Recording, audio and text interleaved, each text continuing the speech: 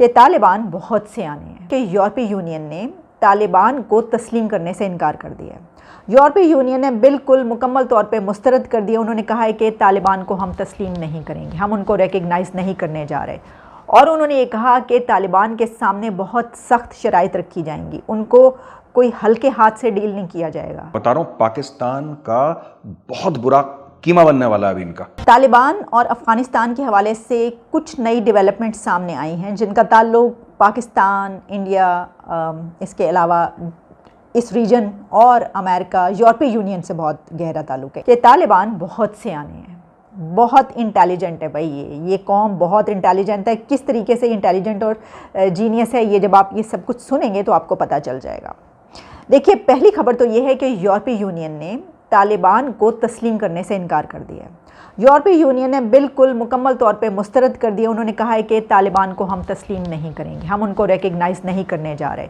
और उन्होंने ये कहा कि तालिबान के सामने बहुत सख्त शराइत रखी जाएंगी, उनको कोई हल्के हाथ से डील नहीं किया जाएगा, आहनी हाथ से ज़रा स्ट्रॉन्गली उनको डील किया जाएगा। और जो शराइत हैं वो आप जानते ही हैं, जिसमें कि ह्यूमन राइट्स के मसाइल हैं, जिसमें ख़वातीन के मसाइल हैं। अभी हम जानते हैं कि तालिबान की तरफ से एक जो नया बयान है वो ये आया है कि जो वहाँ पे ख़वातीन हैं उनको काम करने दिया जाएगा। कुछ शोबे ऐसे हैं वो काम करें उनमें, लेकिन हुकूमत में कोई वज़ीर नहीं बन सकती, हुकूमत में उनको कोई हिस्सा नहीं दिया जाएगा। तो सबसे पहले तो यूरोपीय यूनियन को ये चाहिए कि वो तालिबान के सामने यही शर्त रखें कि आप जब तक किसी औरत को, किसी खातून को अपना वज़ीर नहीं बनाएंगे, अपनी हुकूमत में ख़वातीन को शामिल नहीं करेंगे, उनका हिस्सा नहीं रखेंगे, तब तक हम आपको नहीं मानेंगे। ये जब करेंगे तो तभी वहाँ पर ये हो सकेगा कि ख़वातीन को भी वह हुकूमत में लाने पर राज़ी हो जाए। एक तो ये बात। अच्छा, सिर्फ यूरोपीय यूनियन नहीं बल्कि यूरोपीय यूनियन के साथ साथ अमेरिका और बरतानिया की तरफ से भी ये दे दिया गया है कि वो तालिबान को तस्लीम करने वाले नहीं है इतनी आसानी और इतनी जल्दी, जब तक कि वो उनकी शराइत पर मुकम्मल नहीं उतरते। दूसरी तरफ एक तो ये खबर मैंने आपको बताई। अच्छा, जो मैंने आपको बात कही कि बड़े सियाने हैं वो इतने इंटेलिजेंट कैसे हैं, मैं आपको बताती हूँ वो कर क्या रहे हैं। वो इस वक्त कर ये रहे हैं कि तमाम जितने भी ममालिक हैं उनको ये कह रहे हैं कि हम तुम्हारे साथ हैं, और जितने भी ममालिक हैं उनको ये भी कह रहे हैं कि हम तुम्हारे दुश्मन के ख़िलाफ़ हैं। अब आप सोचिए ना, ये कैसे हो सकता है कि वो सब मुल्कों के साथ भी हों और सब मुल्कों के दुश्मनों के ख़िलाफ़ भी हों? ये मुमकिन नहीं है। कैसे कर रहे हैं वो, ये मैं आपको बताती हूँ। उन्होंने आपको याद होगा, उन्होंने ये कहा था कि हम चाहते हैं भारत से बड़े अच्छे ताल्लुकात हों, हम तो इंडिया से बड़े अच्छे रिलेशंस चाहते हैं, तिजारती ताल्लुकात, सब कुछ मैंने उसके ऊपर तफसीली जो है वो प्रोग्राम किया। और उसके फ़ौरन बाद जो है हमने देखा मीटिंग भी हो गई। दीपक मित्तल जो वहाँ के थे एम्बेसडर, और जो सतांगज़ई हैं मिस्टर सतांगज़ई, उनके साथ दोनों की मीटिंग हुई और उसमें जो है वो डिस्कशन हुई और ज़ाहिर है कि ताल्लुकात कायम करने के हवाले से बातचीत हुई। तो जनाब उनसे तो जो है, अच्छा उससे पहले हम ये देख रहे थे कि इंडिया के बड़े वो ख़िलाफ़ थे। पाकिस्तान को तो उन्होंने ये कहा था कि हम, यानी नज़र ये आ रहा था, एक नैरेटिव ये चल रहा था कि वो तो कश्मीर जाकर जो है वो आज़ाद करवाएंगे और पाकिस्तान के मुकम्मल हक़ में है वो, पाकिस्तानी तो उनको डिक्टेट कर रहा है सब कुछ, ये सारी खबरें आ रही थी। और उन्होंने कहा था कि हम जो हैं हम रोकेंगे टीटीपी को। पहले जो एक बयान आया था उसमें कहा था हम टीटीपी को रोकेंगे कि वो पाकिस्तान पर जो है हमला ना करे, यानी हम कोई दहशतगर्दी यहाँ से नहीं होने देंगे।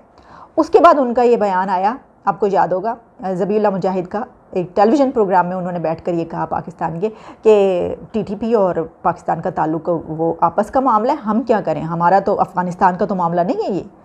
उसके बाद जब शायद इस तरफ से थोड़ा सख्त स्टैंड गया होगा तो उन्होंने क्या कहा, अब उन्होंने ये कहा है कि हम इस बात को यकीनी बनाएंगे कि अफ़गानिस्तान से पाकिस्तान में कोई दहशतगर्दी ना हो, ये हमारा जिम्मेदारी होगी कि कोई जो है वो दहशतगर्दी ना हो। टीटीपी का नाम उन्होंने अभी भी नहीं लिया, लेकिन बड़ी बात है कि उन्होंने ये भी कहा, और जाहिर है इसीलिए कहा होगा, किस तरह से कहा होगा कि भाई किधर हमारे ऊपर ये इल्ज़ाम आ रहे हैं कि हम तुम्हारे लिए इतना कुछ कर रहे हैं, हम इतना कुछ सहें तुम्हारे लिए, और आप जो हैं वो ये कहते फिर रहे हैं कि टीटीपी अगर कुछ ऐसा करती है तो आप कुछ नहीं करेंगे। अच्छा, दिलचस्प बात यह कि उन्होंने सिर्फ यही नहीं कहा, उन्होंने ये भी कहा कि हमें सी पैक पे शामिल किया जाए। उन्होंने कहा अफ़गानिस्तान को सी पैक से जोड़ना भी लाजिम है।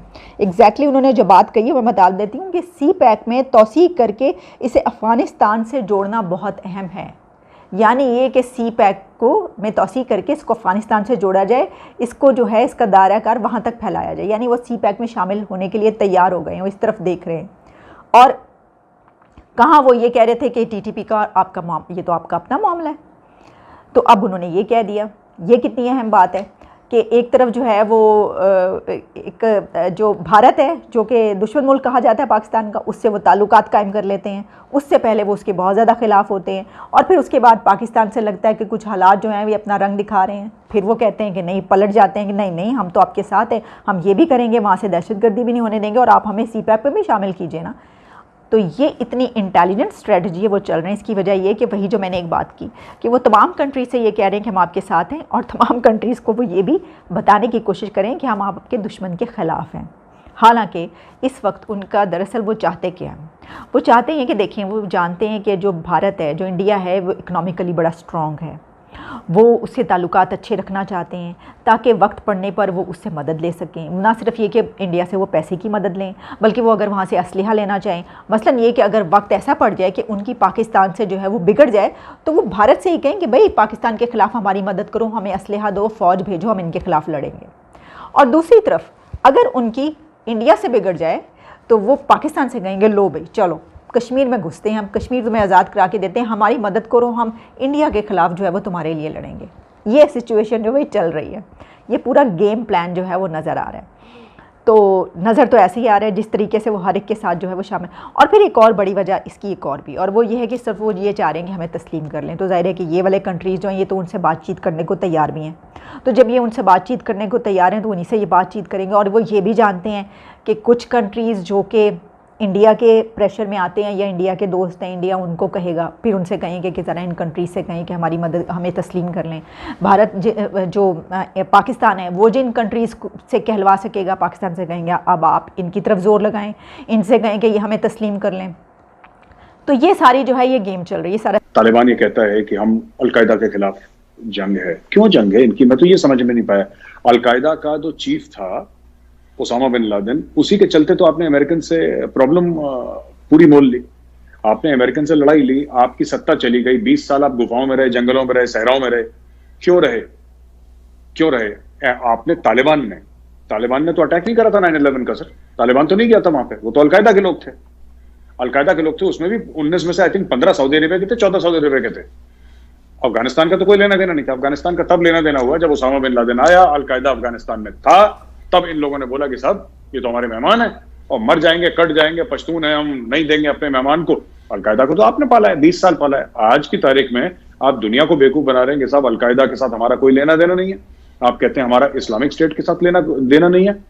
मैं आपको बताता हूं इसमें ताहिर साहब एक बड़ी खतरनाक चीज है, और ये पाकिस्तान के लिए बहुत ज्यादा, इनकी आइडियोलॉजी वही है सर, बस थोड़ा सा ये है कि वो सलाफी हैं, देवबंदी हैं, बस ये थोड़ा सा आगे पीछे है। But all of them believe in the supremacy of hardline Islam, they believe in political Islam. ये काफिर है, ये है, इसका गला काटो। इन सब की आइडियोलॉजी एक जैसी है। थोड़ा बहुत फर्क है सर, थोड़ा बहुत फर्क है कि हम नाक को ऐसे पकड़ना चाहते हैं, वो कहता है नाक को ऐसे पकड़ना चाहते हैं, बस इतना सा फर्क है। नाक दोनों ने पकड़नी है। आप कोई भी अलकायदा ले लीजिए, तालिबान ले लीजिए, तहरीक तालिबान पाकिस्तान ले लीजिए, आप इस्लामिक स्टेट खुरासान ले लीजिए, कोई भी हो, they have exactly the same ideology. इनके तरीके अलग हैं, उसकी कारकर्दगी कैसे करनी है, उसको उसको प्लानिंग में, एग्जीक्यूशन में कैसे लाना है, राइट। अब आप किसी इस्लामिक स्टेट वाले से पूछें क्या तुम्हें शरिया पे भरोसा है, क्या शरिया नाफिज होना चाहिए? बिल्कुल होना चाहिए। कौन सा तालिबान वाला कहेगा कि शरिया नाफिज नहीं होना चाहिए? कौन सा अलकायदा वाला बोलेगा कि शरिया नाफिज नहीं होना चाहिए? या तहरीक तालिबान पाकिस्तान वाला बोलेगा कि शरिया नाफिज नहीं होना चाहिए? इनकी बेसिक आइडियोलॉजी तो सेम है ना सर, बेसिक आइडियोलॉजी सेम है। अब वो इनके बीच में स्ट्रगल है कि किसके पास फाइटर ज्यादा है, किसके पास असला ज्यादा है, डॉलर किसके पास है, किसकी हुकूमत है, इन सब की लड़ाई है। लेकिन बेसिकली तो ये हार्डकोर इस्लामिक टेररिस्ट्स हैं, and there is a sameness in ideology. Pakistan पूरी तरीके से फंस गया है, और अगर थोड़ी सी भी इनमें अकल होती ना, ये 15 अगस्त को जिस दिन तालिबान गया था काबुल में, पाकिस्तानियों को बैठ के मातम करना चाहिए था, इनको छातियां पीटनी चाहिए थी। पर इनको बेसिक चीज समझ में नहीं आती। और मैं उस दिन भी कह रहा था कि पाकिस्तान का बैंड बजेगा। तब से 5 टेरर स्ट्राइक्स पाकिस्तान के अंदर हो चुकी हैं, और अभी होंगी। मैं आज बता रहा हूं, ये मेरा जिसको कहते हैं आप प्रोफेसी कह लीजिए, ठीक है। मैं पहले आपको बता रहा हूं, पाकिस्तान का बहुत बुरा कीमा बनने वाला है अभी इनका, राइट।